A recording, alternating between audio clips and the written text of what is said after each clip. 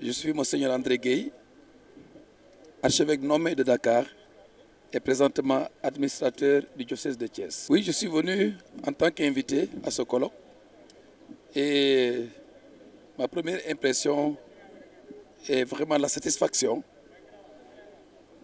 vu l'importance du thème, la diplomatie religieuse. Je suis satisfait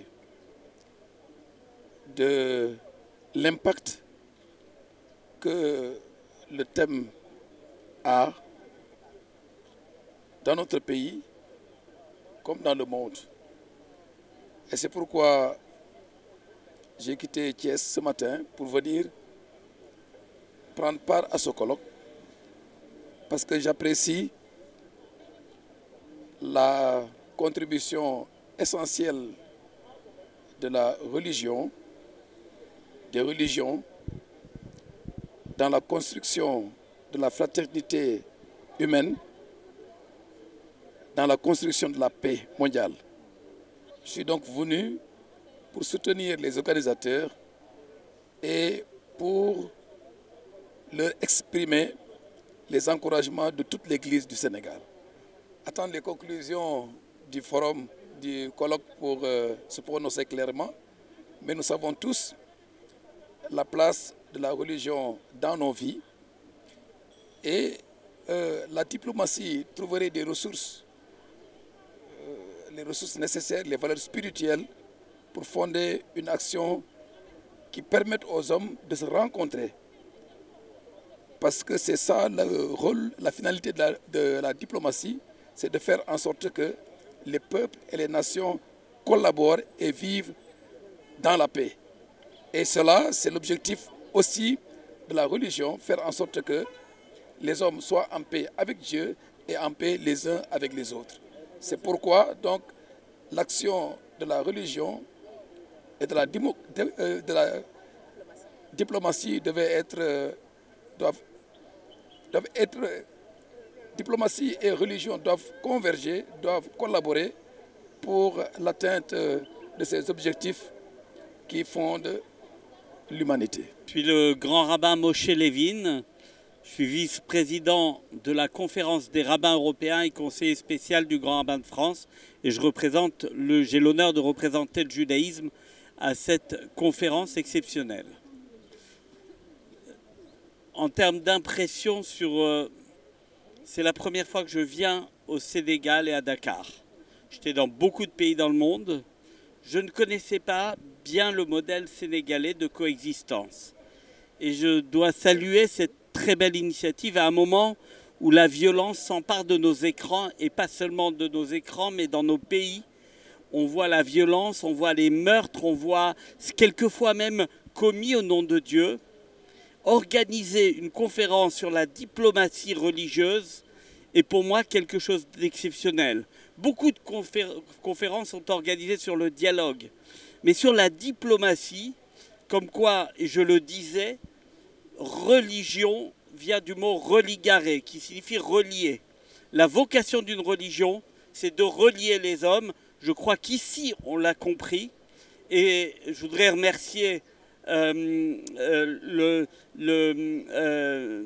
cette très belle initiative qui est dans cette université, les initiateurs, et je crois que c'est visionnaire et je m'y retrouve pleinement parce que je souscris totalement à ce qui est fait ici.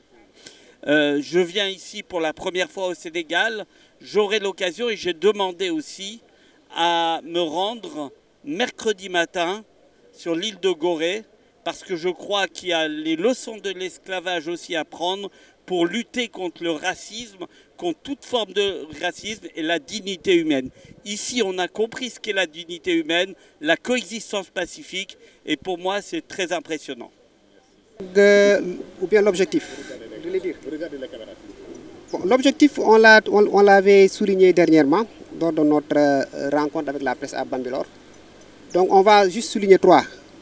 Le premier objectif, c'est de poser les jalons d'une recherche scientifique en diplomatie religieuse Donc c'est une perspective épistémologique qui vise à dresser un peu les contours de la diplomatie religieuse pour qu'on sache exactement de quoi il s'agit, pour ne pas créer de confusion avec la diplomatie officielle qui est reconnue. De la même manière dont on peut savoir que ça c'est de la philosophie, ça c'est de la linguistique, ça c'est de la géographie, on pourrait arriver à dire que ça c'est aussi de la diplomatie religieuse. Donc ça c'est le premier objectif. Le deuxième objectif c'est de créer un pont vivant entre les différentes religions. Donc je pense que le Sénégal vraiment est un modèle en termes de dialogue interreligieux. Nous on préfère même le terme cohabitation interreligieuse. Donc le Sénégal aurait ou bien a un modèle à offrir à la communauté internationale. Donc c'est pourquoi d'ailleurs pour le troisième objectif qui est la conséquence de ce que je viens de dire, nous voudrions faire de l'université de Dakar, du Sénégal, le centre d'incubation de la diplomatie religieuse. Donc on est dans l'objectif de créer une chaire de recherche en diplomatie religieuse. Tout à l'heure vous avez vu les interventions telles que celle de la nonciature. Donc ils ont évoqué du besoin vraiment de pousser des recherches assez pointues pour qu'on sache exactement c'est quoi la diplomatie religieuse. Et le Sénégal pourrait être ce centre d'incubation pour apporter son édifice dans la construction d'un monde de paix. Donc le Sénégal est un parfait exemple qui peut inspirer les autres. D'ailleurs, le thème d'une conférence qui est en train de se passer actuellement avec le professeur Abdul Aziz Kébé, c'est exactement ça.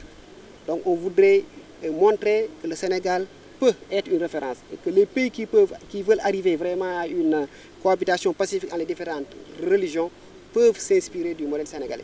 Pourquoi ça peut... Bon, nous prenons l'exemple du Sénégal. Vous savez, à chaque fois qu'il y a crise, très sincèrement, ce sont les religieux qui jouent les bons offices. Je disais tantôt qu'il est vrai que le diplomate classique, c'est quelqu'un qui a une légitimité officielle, juridique. C'est quelqu'un qui est reconnu, qui a une fonction bien déterminée.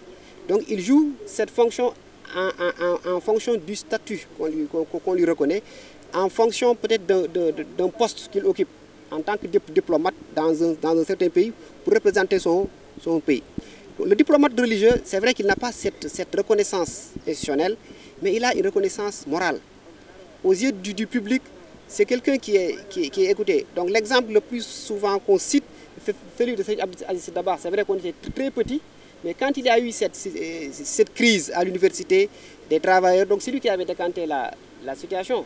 Il a convoqué les étudiants, il a convoqué les travailleurs, il leur a demandé d'aller travailler. Et lui qu'il va négocier avec les autres. Le lendemain, tout le monde a repris son travail. Donc